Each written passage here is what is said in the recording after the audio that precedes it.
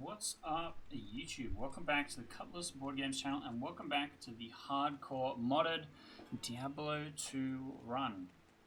Now, for you, it's only been a week since the last episode was uploaded, but it's actually been a month for me, so I'm going to be a little bit rusty with exactly what's happened. And so I need to do a little bit of catching up, potentially. But, let's get to it, shall we? As I understand, I just rescued Deckard Cain. Oh, Jesus.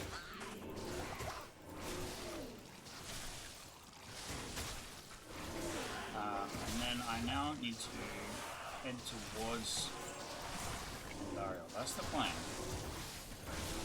Something poisoned me. That's just a million poison damage in that point.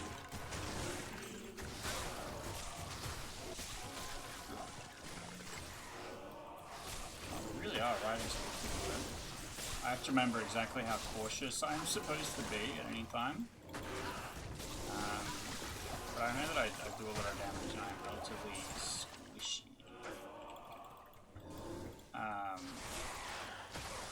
Aside from that, I should be fine. I have the opportunity to do the countess tower. Maybe I do, because it's actually helping with you. And it'll be good. I have the greatest chance of getting decent rune drops. I think it's probably worth it. Probably. Maybe I need to turn the game down, actually. Audio. To 8. It's already very low. I don't know why it's registering so loud. Maybe I'm just quiet. Who knows? Alright. Also, where did I just pick up? Maybe that. Wait, that's a red. No, I think of this. Okay. Also looking for gold. I think if I stop and I do actually get the high runes from the countess, maybe that'll give me a nice little upgrade. I'm also looking for a shield with sockets in it, potentially. I've even discovered the map already. How good of me.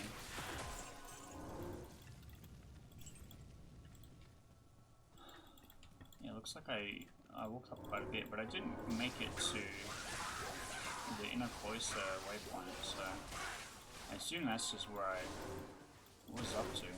It's interesting.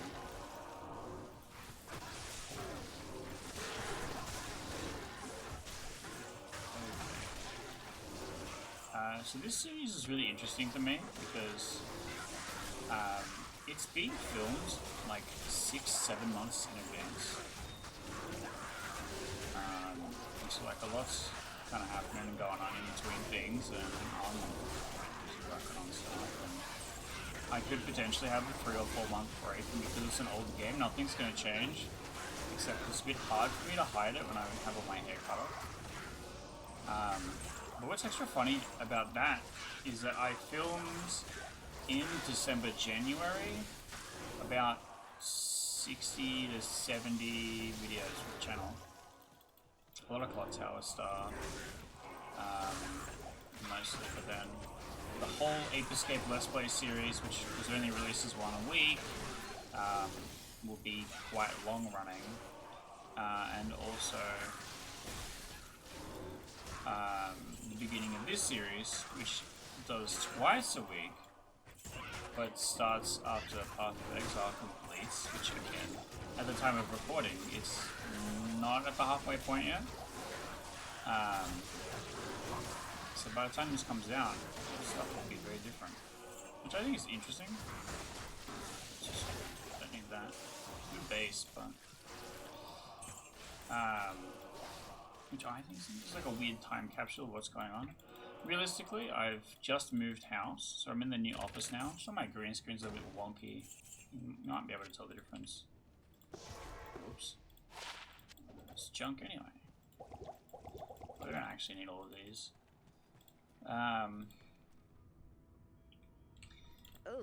And so I have a slightly better office for doing stuff. And I've been focusing on more the From Computer to Cardboard series, where I take video games and turn them into board games. At the time of recording, I am halfway through the Outer Wilds one, which is the second season. I've already been in here, but I haven't completed the quest. So I must have just abandoned right beforehand. Well, it means I can go the quick way, I guess.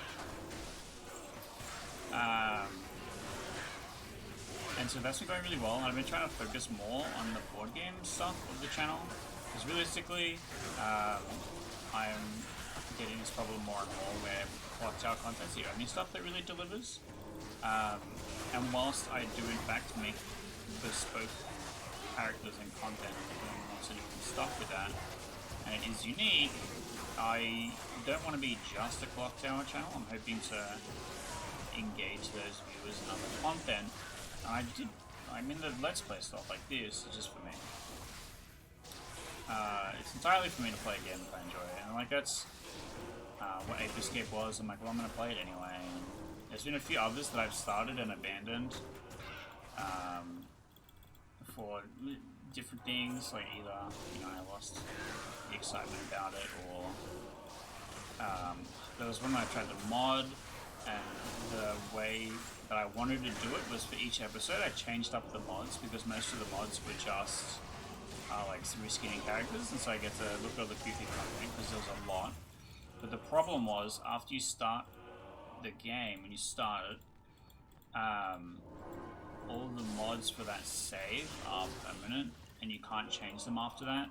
So my idea of changing it every episode is kind of busted, and the funny haha value of the silly character skin would not persist through a 10-20 episode series. Like, it's not really valued. So I ended up abandoning, unfortunately. And then I've just been kind of happy to just come back to this. Diablo 2 is again, I put a million hours into it. It's just really easy to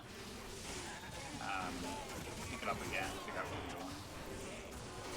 It's only like 30 quests, so it's like not like it's a difficult game to memorize the progression through, especially when you don't even complete all of the 30 quests. You need to do some of them.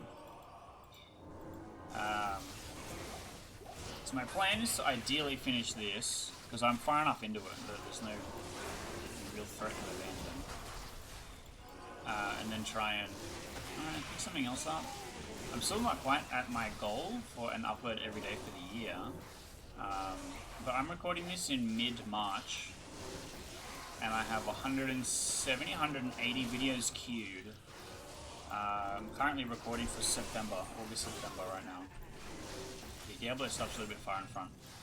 Oh shit. Something hit me for 90.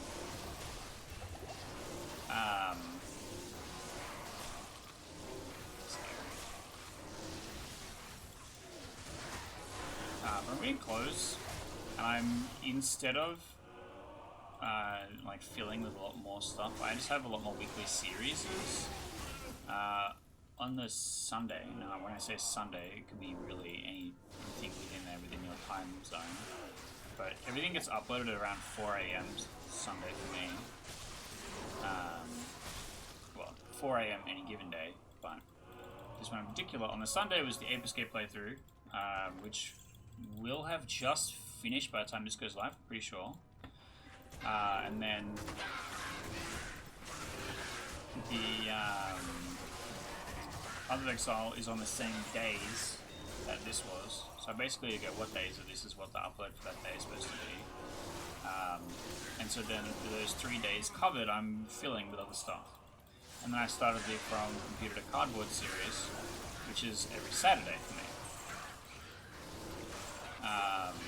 And that's supposed to be like a more directed towards people on the Tabletop Game Designers Australia, which is an industry network. And it's for the more newer designers to come in and see it and go, oh, what are you working on? Maybe learn a new skill from or process or something from what I'm doing. But I'm also building stuff outside my wheelhouse as well. The first 2 games so far are in genres I've not designed for, and So in that way, it's a success, as if the game doesn't suck in its entirety. And so that's kind of the goal. And then the idea is to try and keep up with that weekly. I'm currently on episode 11 uploaded, and then the episode 3 live. So I'm quite far in front. I'm already into like the second game project. It's supposed to be one project at a time. So that's going really well. But the viewership on it, comparatively, is like really low. Some of my other silly slop kind of, blood on the slop tower kind of content. It's a bit disappointing, but it's one of those things where a lot of the clock tower stuff will have like a big spike in the short term, and then it won't deliver after a reload. It will just stop because it's non-diegetic.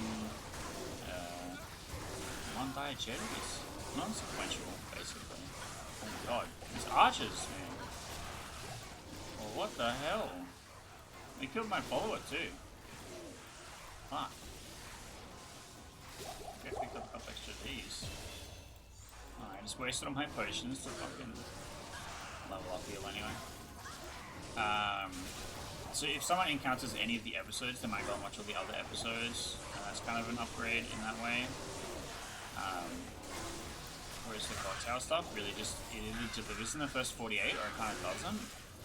Which is fine, like some of them won't, some of them will, depending on what it is and how fucking clever I am with what I put together. But it's tough to guarantee that it will be good, you know. What was I leveling up last?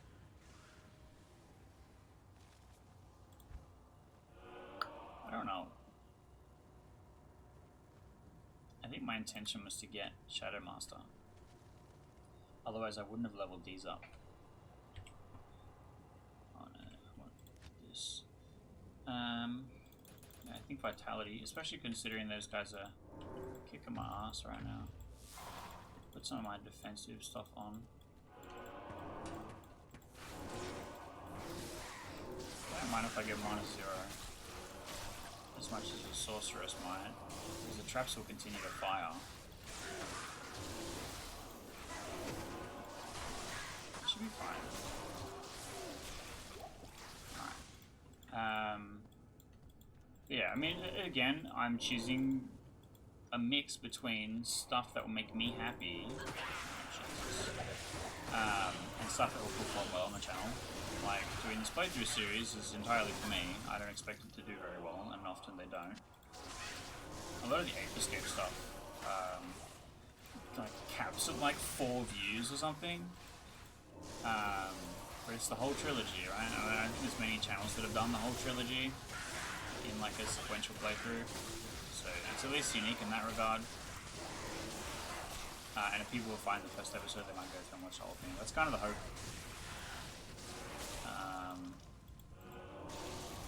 And then the making board game series is, again, more for me, it's professional development, but also so that I have content that is board game related. I'm not just playing video games and Clock Tower. There's like actually other stuff happening. And it's about me as an actual creator, like I'm actually providing unique value instead of regurgitating the same slop that everyone else in the niche is. Which is kind of my preference. This Clock Tower is just dead easy. You're just literally sitting there on the webcam and you just, hello, yes, this is a game. Hello, yes, the game is concluded. Thank you, goodbye. That's it. I don't edit it, I don't do anything else. But like all the other stuff that I do is heavily edited. Port code, that's it. It's disappointing. A lot of gold at least. It almost covers the stench. All the computer to cardboard stuff is heavily edited. Some sort of B-roll, you know, stuff like that. The actual video game is the subject of the board game, so it's really easy to record footage for it. And like I'm just putting way more effort into it because I care more about it. A lot of the Let's Play game stuff, I kind of just hit record, send it, and then, you know, at the end, I'll upload it. That's it. I don't think it needs to be more complicated than that. You're just kind of hanging out with me while I'm doing something. The fucking Northern Lion theory of streaming, basically. Whatever Northern Lion is doing is just to keep him, you know, second monitor content while he spends time with you, the viewer. The difference is, like, stuff with Lockdown, I get to say beautiful things to my friends and be silly, and then you get to be a fun spectator for that. Which I appreciate, like, that's part of the joy of the game. It's a social experience. That's what I enjoyed playing it for so long. So I would go there every week, I'd see the same people, you know, we'd hang out. Now it's a lot more like I have the ability to express my skills and knowledge in the game frame. Oh, these are all harps. Oh, I got some random harps in there. Swap them out. Try and get jump scared by that later. Grab this stuff out. Okay, I think it's just for selling. Yeah, YouTube's kind of a beast. Kind of a lot going on for not much value most of the time. Does that cast teeth on? Oh, it just has teeth. I don't know, it's tough. My current goal is just to stick with getting one subscriber every day, which is really low, but it means I'll make 1,000 by the end of the year, or by more specifically January 2026. And it's really hard to do I don't know, 7 hours a week roughly. It's not that much, but 7 hours a week worth of work for a goal that's 13 months away. When I started this in December, 14 months away if you include December. And so it's kind of, oh, I gotta resurrect my guy. Good evening. It's kind of hard to see so far into the future and understand that what we're doing would have value, you know.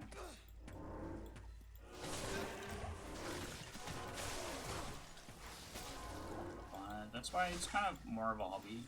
Obviously, I can't take YouTube too seriously. I don't make money from it.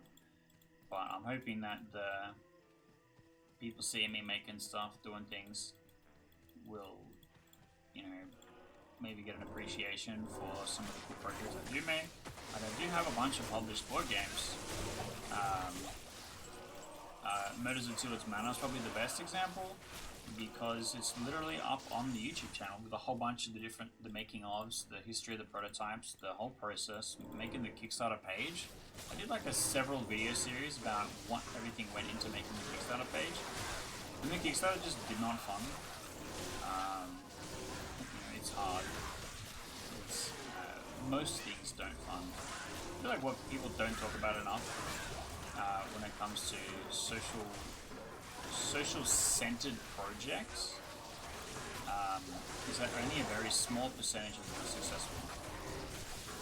All of the people that you watch that are YouTubers and have, you know, real subscribers and make money from doing YouTube is about 0.1% of the entire population of YouTubers, basically. Same goes for Kickstarter board games, same goes for so many things, where the actual people able to do it for a living is just an insanely small fraction of it. And so failing on something is not a big deal. Kickstarter's a thing that's supposed to help you bridge the gap from concept to complete, but it's not a requirement. It just takes longer and has more financial risk, which is, I think, the thing that scares off a lot of early creators when they're like, oh no, my thing didn't fund, I guess that's it. I guess the consumers voted with their money and they voted that I am terrible. And that's not really the case. But Kickstarter is easily the most morale-draining activity of all time.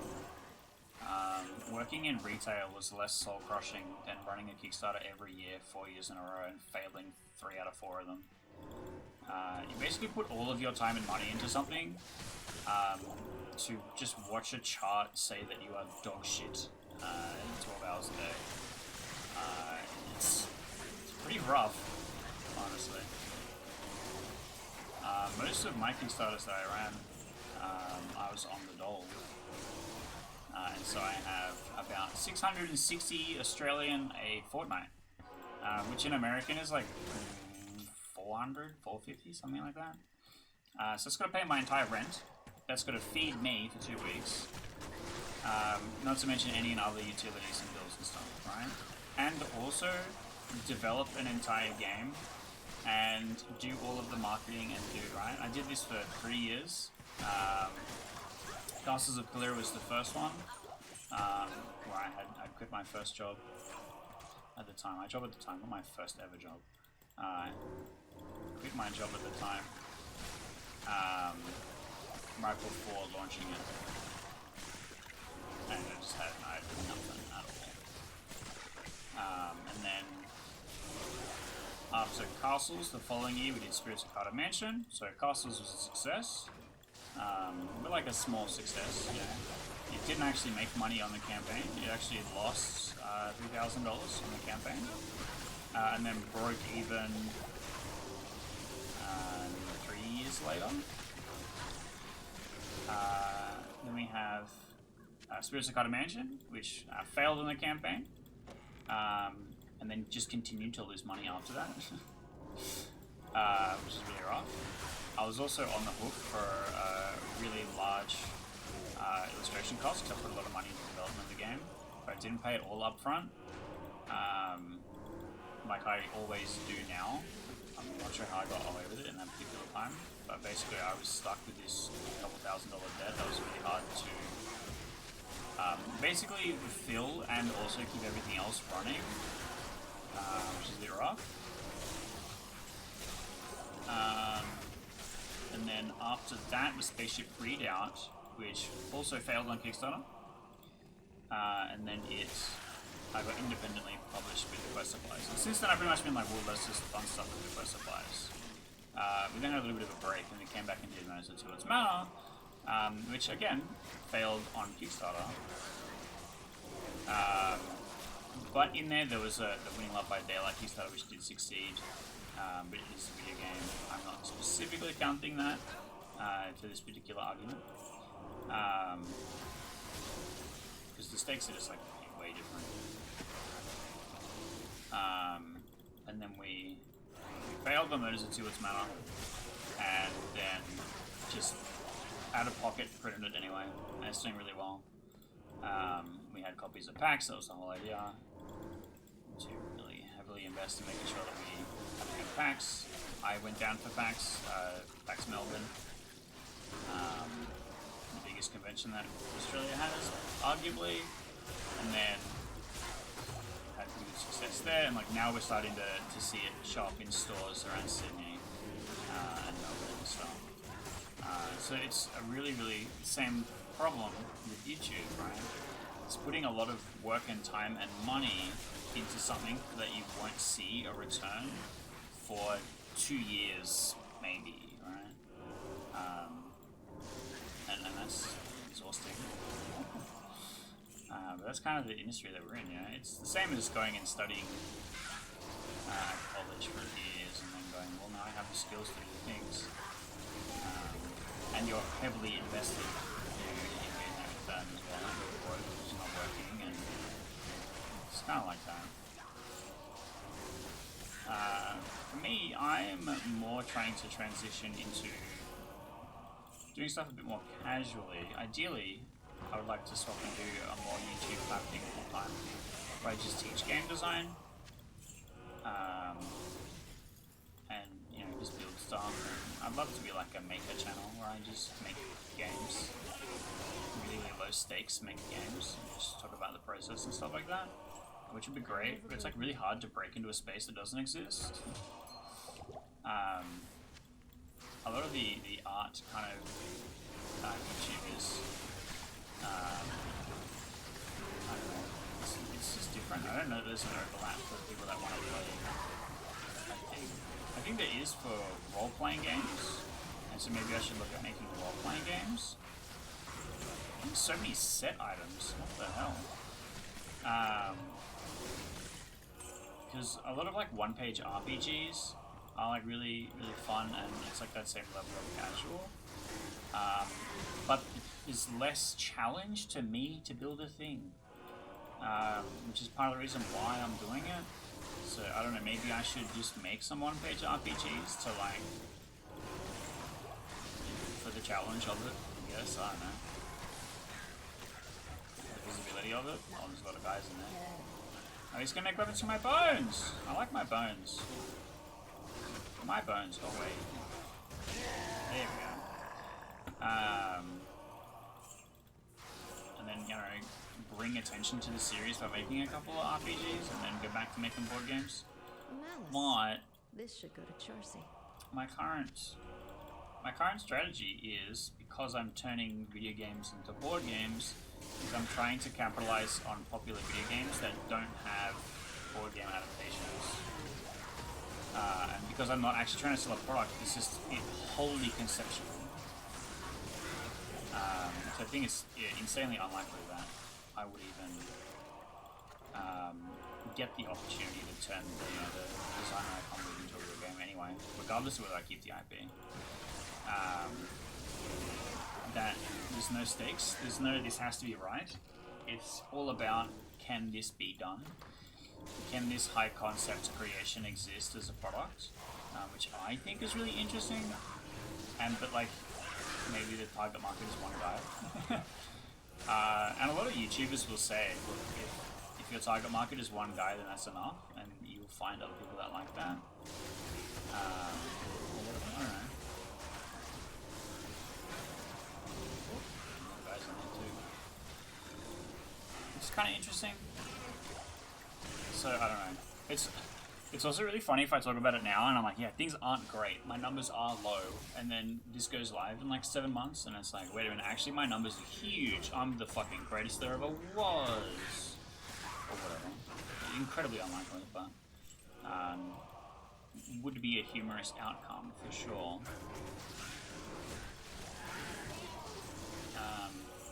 I also like just playing through this so I can just rant some shit, because for me this game is the most brain off kind of thing. Like, I've just achieved a level of mastery where I do not need to really be paying attention to what I'm doing. I'm pretty confident I'm not going to explode in a hurry. So I can just be wandering around, dropping trap, you know, doing stuff. The character I'm playing is kind of brain dead too. Trap Assassin is the safest of the assassin options. Also got pretty high resistances. We could probably upgrade that for a bit more safety. I got pretty good health. I got 1.2. And I have a couple of defensive skills. I know I do have Holy Shield, but I'm trying to do Claw Block right now. It's better than fully investing in Dex. But I have a hunch that because there's just no good claws for what I'm doing, that it might be better to switch and do something else instead. Because I have a Rune Word sword in my stash already. Pretty sure it's Spirit. And then if I can get a good shield that matches, literally Spirit Shield also would be fine. Then I could potentially stabilize the build a little bit, but then I just like respec out of the block stuff. But the problem with playing it like this, I have so many skill options that are just useless. Ooh, a shale ring. Because all I care about is 40 skill points worth of things. Everything else is a waste. And because I can buy any skill to add to my stuff, it's like, why would I use Shade when I can just use Barbarian's Natural Resist, you know?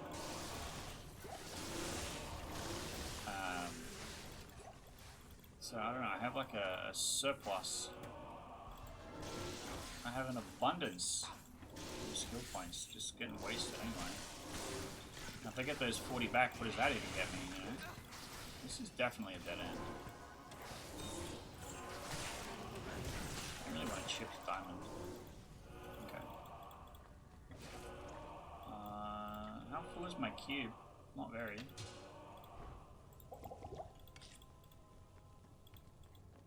Making sure if I don't need to teleport home or not. Can you keep my follower alive with the battle orders? It is just not happening. In fairness, that previous area nearly killed me with the fucking super archers or whatever. I don't know what that's all about. Oh. Alright. What's that? Oh, tower shit. I'll pick that up. I also have a whole nother thing. I'm juggling like 3 different businesses realistically. And then like alongside the board game stuff kind of thing, I make video games. Just rent by visual novel type stuff. But I'm currently working on something with a studio that I started recently, a year ago now. I'm pretty sure I mentioned this in a previous episode of this series in particular. Where we're building a tavern sim type game.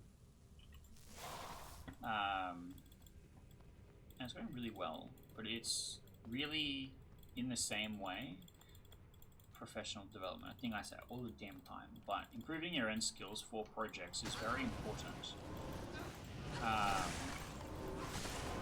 And so I've been like Renpy comes with everything that you need in it. And then you can just write the dialogue the characters say and include the character art, and that's all you need, right? But that doesn't make a good game. It's just really basic. People know that you put no effort into it, and it's not very fun if all you feel like you're doing is reading a book. A thing that you could have been doing. That's not a video game. And Winning Love by Daylight is unfortunately just kind of a book with like really minor routing. Where you're just like kind of choosing who you're taking to the prom. It's like high school themed and very Sailor Moon-esque. And like all the main plot stuff is unskippable, but like you're picking a route with which girl you want to romance kind of thing.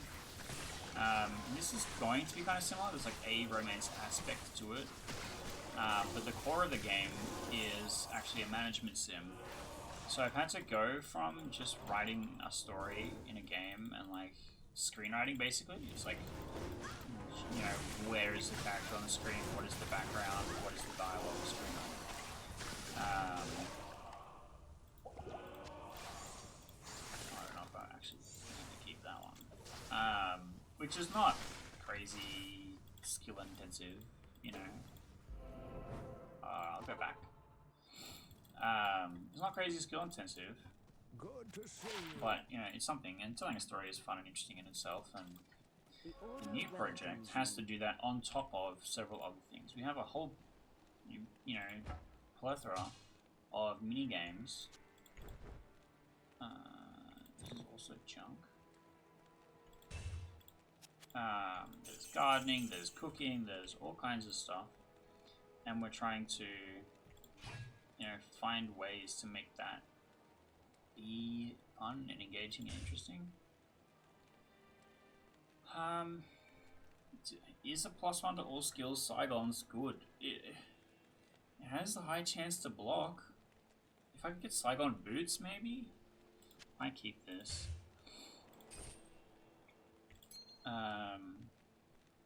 You know, and that's a challenge in itself, trying to make what is an incredibly basic system feel unique and fresh for a player. And a lot of it's come to menuing. We've got a shitload of menuing in the game. Let's just hold on to this for the minute. So I have Spirit, and I could use Saigons, but I think I want to use Saigons if I can get Saigons Advanced. Now what is it called? Sabo? I want to go for the full set. Like maybe... Yeah. Yeah. Is it just better to do it now? +2 to all skills? Cast rate? Magic Absorb? It's really not that good. Plus all skills is really the main thing that you get. Vitality, mana, defense versus missile, I suppose. Hit recovery. Block chance. Because what's my block chance currently? 57. But Claw block chance can get really high? How high does this scale? Because I can get it above 20. With the all skill. God damn it. Let's go like this, shall we? Look at this. It's now 23 and it's gone up 2%. So if it's going up 0.8%, it'd be more than that. 2 out of 3, right? To get to 69% where my block chance is currently. My block chance is 30% currently because my dexterity is so low. God damn it. 8250. Get an extra 3,000 damage. Oh my god. Well, okay. I suppose that settles it. I'm gonna give Chassi her thing. Repair my shields. I don't have anything I actually want her to imbue. This, I guess? Alright. Eventually I need to take off some of my extra gold shit. I want to imbue. What did you give me? Nothing good. That's fine. I'm happy to sell this. I feel like I move slower. No, it's about the same. I'm just spinning conspiracy theories. I just feel slow. Okay. Sell this. Am I at 1 million? I'm pretty sure I was saving gold for something big. Yes, I am. It is. It is certain. I must go and defeat Andariel. So this is 2.7. And I think that this is the thing that I gotta start saving for. Getting the all skills. As you can see, we just got +3 to all skills and gave me +3,000 damage. Which is kind of insane. It's because I'm both getting... Where is it? +5 to Lightning Mastery goes to +7 Lightning Mastery. I get +3 to Lightning Sentry and +3 to Charge Sentry, which compounds. So, I don't know, it seems good. Maybe that's the vibe. Maybe I just gotta start stacking. But I can also stack them onto these. Or anything, really. I just have been using on the charms because it's... I know that these are going to swap out a lot. And I do want to increase this a little bit. I guess I should wait. Let's go back to the jail. Alright. So I got my all skills. So my battle orders is level 8 now. That's good. And my energy shield absorbs 45%. That's pretty good.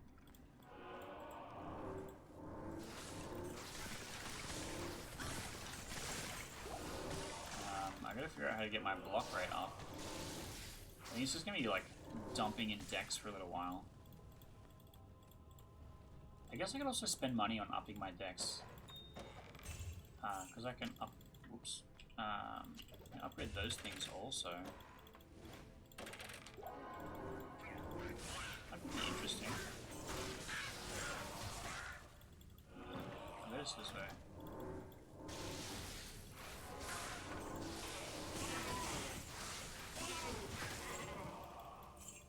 Oh, just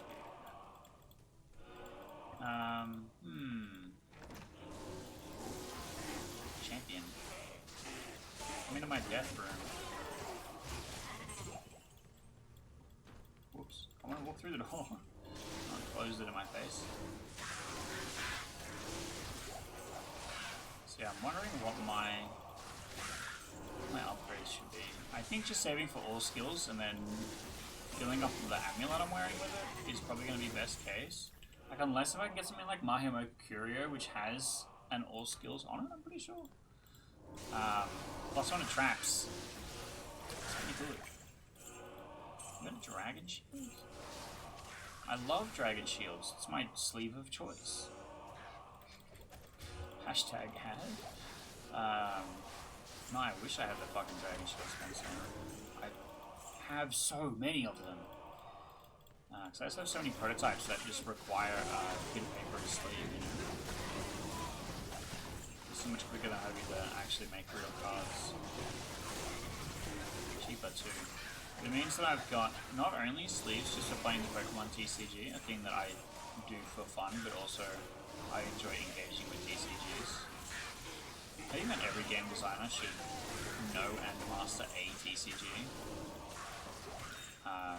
A podcast that I enjoy, Distraction Makers, basically started off as a regular design podcast and then realized that Magic the Gathering encompasses every single thing within game design, and you can talk about every game design concept using Magic the Gathering. And so potentially learning how to play Magic the Gathering is a good idea for any game designer. Any board game designer, more specifically. But yeah, I have kind of the same thing. I played Magic for 30 years. Basically, too long, too many years. I'm reformed. I no longer own the Magic cards. I just play on Arena. I like Arena. I am one of the few Alchemy enjoyers. Magic the Gathering released Hearthstone type of cards where they this is dumb dexterity. Yeah, 2% block chance. Where they do stuff that cannot be replicated in person. Most of the time. Some things can be replicated, but you might have to proxy up the cards that they make. Also, they don't print them physically, so you would have to proxy the alchemy cards anyway. Like Oracle of the Alpha, which shuffles the Power 9 into your deck. Fantastic card. I would love to play this in a format like Legacy, but, brother, it's not ever going to be legal in that format. It's not printed. So it's kind of interesting, and you can always play it on Commander. Like, Commander's the deck. We are just having fun and being goofy and doing silly shit. The whole genre. That's the point, right? So it's kind of cool like that. I currently do not have a Commander deck. I, for a very long time, did. I was a Commander enjoyer. I played Gadok T for a very long time. Because many people at my table were playing some insane goofy combo shit. And Gadok T just says, no. No sirree. You may not. Which is kind of funny. And like really gross. And then I played like actually Teague stacks for a period of time. The only problem is that Smoke Stack costs 4 and Gadok Teague says you can't cast non-creature spells that cost 4 or greater. So I can't play Smokestacks, but I can play Winter Orb, Tanglewire, Meekstone, all that kind of stuff. And so I was very disliked for a period of time. Now, as I have matured as an adult, I just want to play goofy, fun decks. Like, I really want to build Richard Garfield PhD, with the intention of trying to play High Tide in like every game. And so stuff like that. Because any 1 mana artifact is a Candelabra Tornos. Any 2 color blue is a Jace the Mind Sculptor and or Turnabout. I can also play Reset if I have a blue. I can also play, is it Mission Briefing? Something like that. Which lets me flashback my High Tide or whatever. Because with the Richard Garfield PhD, I can play both a printed High Tide and a non-printed High Tide.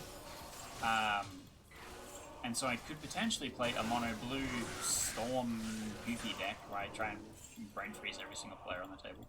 Or I play a multicolored deck with just junk. Just absolutely junk, and just have Richard Garfield in the deck. And I just play lots of goofy, fun spells. And then it's just kind of a chaos machine, and I have to think of what the craziest card to play in the situation is, which sometimes might require Googling. I'm a bit washed, I'll be honest.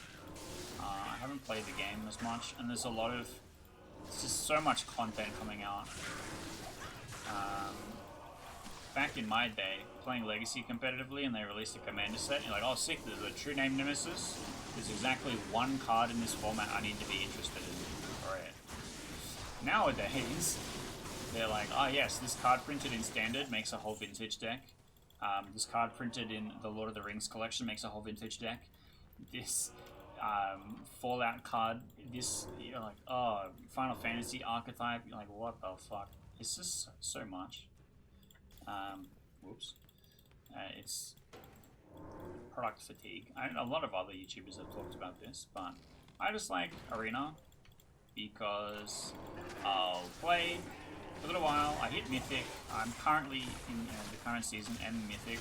I played 4 different formats to get there because all of Constructed has the same rank, which is really interesting. So I started out playing Timeless, which is my format of choice. I am about 80% collection complete when it comes to Arena, because I have put big money in it previously, and so I just kind of coast on that forever now. And then I just have a lot of gold saved up. When a new set comes out, I buy in a lot. But there's also a lot of stuff missing, which makes it easier to keep up with it.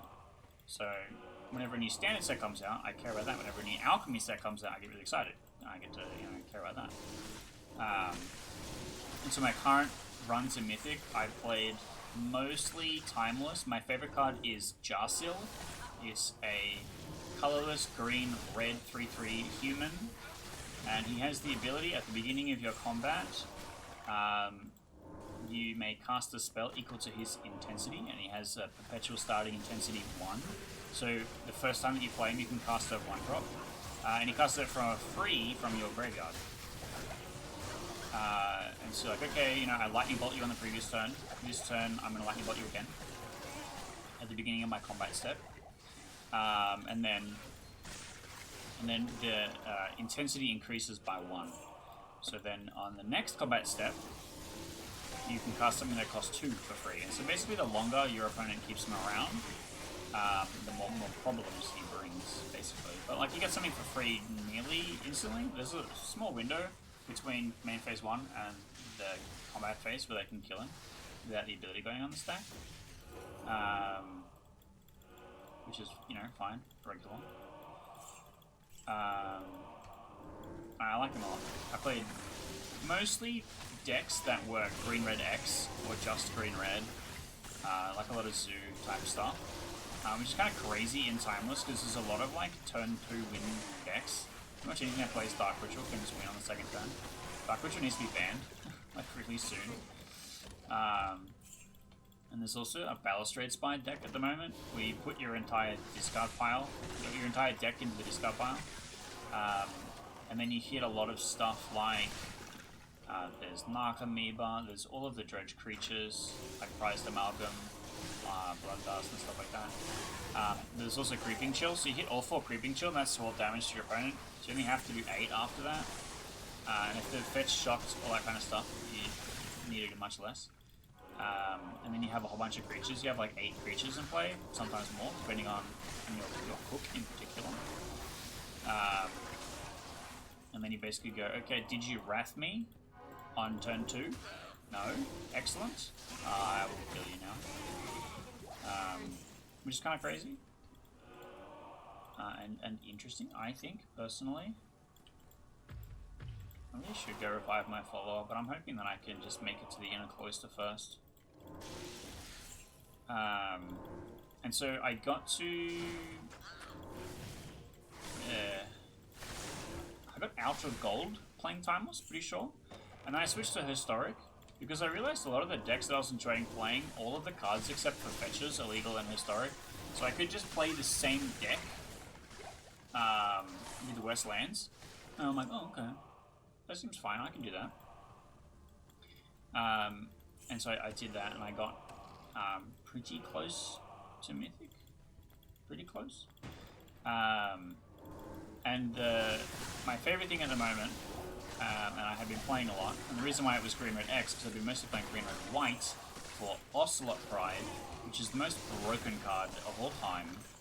It says, at the beginning of your end step, if you gain life this turn, create a 1/1 cat token. That's great, yeah, fantastic. But if you have the City's Blessing, which is 10 or more permanents in play, create a copy of every token put into play this turn. Insane, broken. And there's some really fantastic cards that you can combo with this, like Dollmaker, something Dollmaker, which exiles anything in play, any non-land in play, and then creates a token artifact version of it. And so you can just... And then Ocelot makes a copy of that. So you can just go insanely infinite making copies of anything.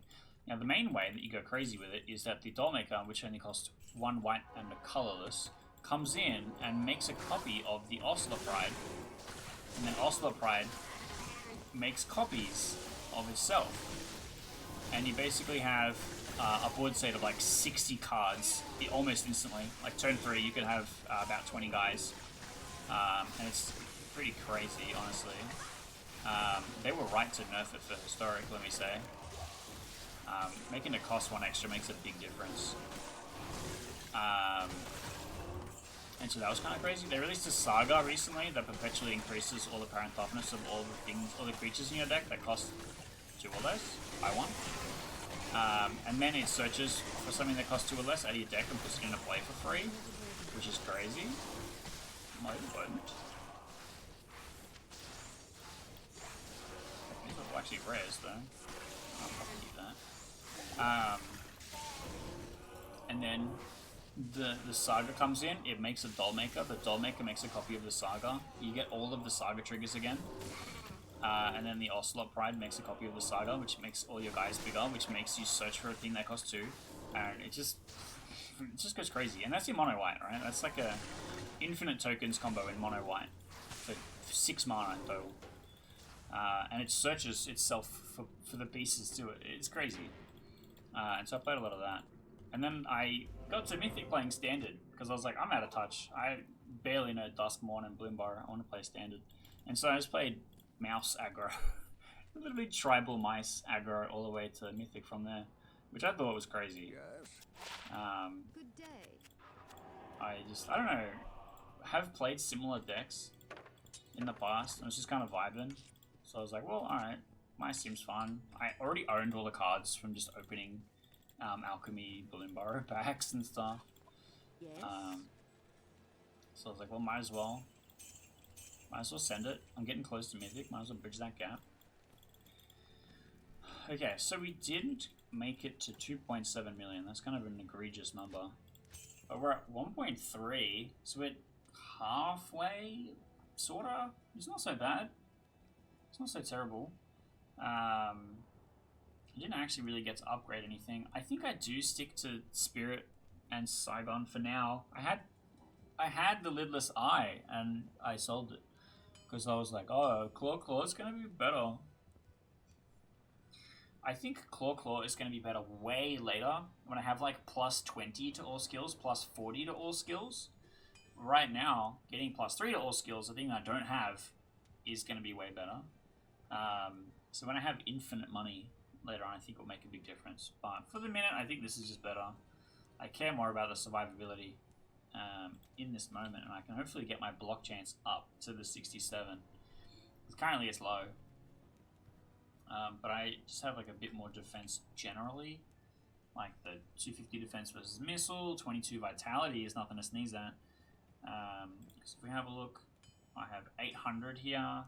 And with this, I have 913 plus battle orders, which I can't do in town. Gives me an extra 50%, so an extra 461 or something. Gets me to a high 1.3. And so I don't know. Next episode, my goal is to maybe upgrade these. Maybe do I have a thing still? Oh, I do. Or do I just cook myself and hit the Saigons? This is just gonna go horribly.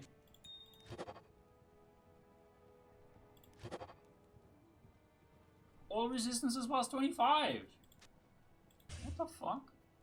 That's good. That's all-star. I'm at max resistances now. Everything is 85 except for lightning, which is 95. Woo!